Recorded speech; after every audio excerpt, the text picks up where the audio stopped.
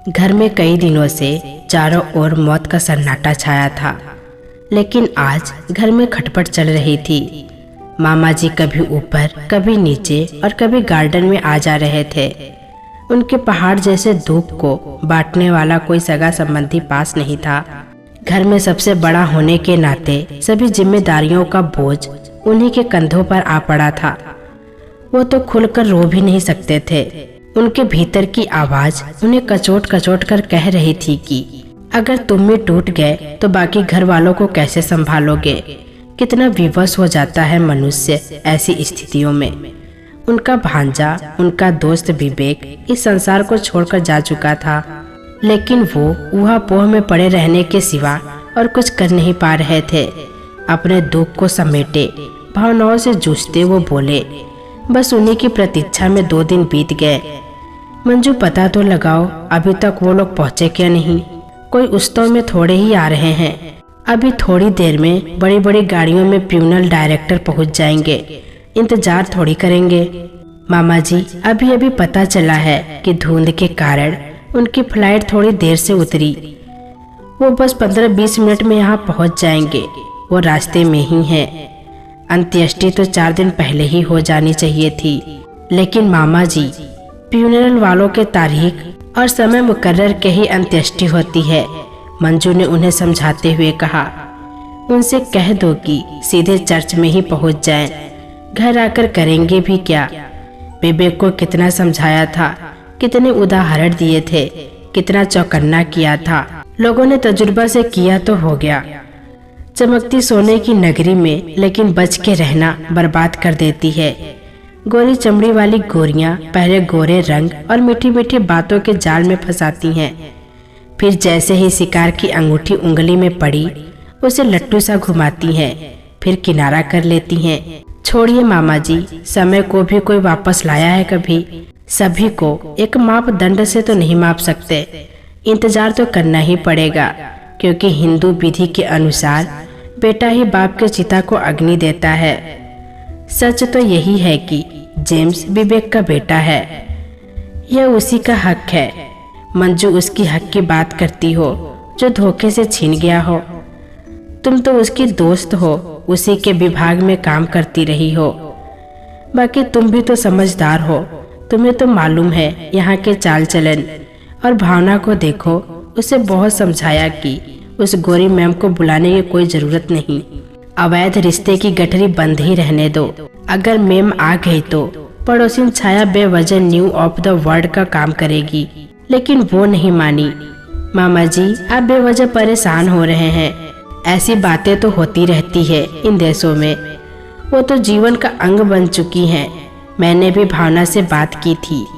वो बोली कि पोलिन भी तो विवेक के जीवन का हिस्सा थी। दोनों कभी हम सफर थे। फिर जेम्स भी तो है। इतने में एक गाड़ी पोर्टिको आ खड़ी हुई। लो आ गई गोरी और इसके नाजायज औलाद। मामा जी ने कड़वाहट से कहा, मामा जी प्लीज शांत रहिए। यह भी विवेक का परिवार है। पोलिन उसकी एक्स वाइफ तथा जेम्स बेटा है। उसे झुठलाया भी तो नहीं जा सकता। मंजू ने समझाते हुए कहा, विवेक का पार्थिव शरीर बैठक में सफेद झलरों से सजे बॉक्स के अंतिम दर्शन के लिए पड़ा था। काले नए सूट, सफेद कमीज, मैचिंग टाई में ऐसा लग रहा था जैसे अभी बोल पड़ेगा। बैठक फूलों से बने रीत गोल आकार में सजाए फूल, क्रॉस तथा गुलदस्तों से भरी पड़ी थी। आसपास के लोग तो नहीं आए थे, लेकिन उनके कूलिग वहां मौजूद थे। लोगों ने अपने अपने घरों के पर्दे तान दिए थे, क्योंकि विदेशों में ऐसा चलन है। पोलिन और जेम्स के आते ही उन्हें विवेक के साथ कुछ क्षण के लिए अकेला छोड़ दिया गया। मामा जी ने बाकी लोगों को गाड़ियों में बैठने का आदेश दिया।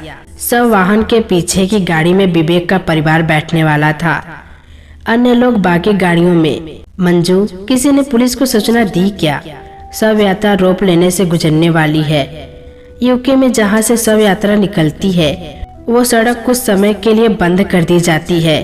कोई गाड़ी उसे ओवरटेक भी नहीं कर सकती, या फिर पुलिस साथ साथ चलती है 100 के सम्मान के लिए। यह काम तो चर्च के पादरी जी ने कर दिया है।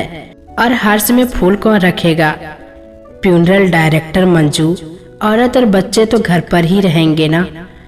नहीं मामा जी, यह भारत नहीं है, यहाँ सभी जाते हैं। मैं जानता हूँ, लेकिन घर को खाली कैसे छोड़ दूँ?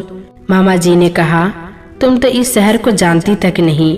पड़ोसिन छाया बोली, मैं मामा जी के साथ रहूंगी। अब घर पर केवल छाया तथा मामी जी थीं।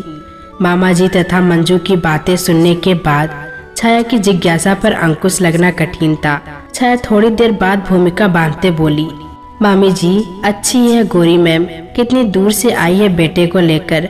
आजकल तो अपने सगे संबंधी तक नहीं पहुँचते। लेकिन मामी जी, एक बात समझ में नहीं आ रही है कि आप उसे कैसे जानती हैं। ऐसा तो नहीं लगता कि आप उससे पहली बार मिली हो। अब मामी जी का धैर्य जवाब दे गया। वो झंझलाते हुए बोली, जानना चाहती हो तो सुनो। भावना से विवाह होने से पहले पोलिनी हमारे घर की बहू थी। विवेक और भावना एक दूसरे को वर्षों से जानते थे। मुझे याद है कि विवेक भावना का हाथ पकड़कर उसे स्कूल ले जाता और उसे स्कूल से लेकर भी आता। वो भावना के बिना कहीं नहीं जाता था।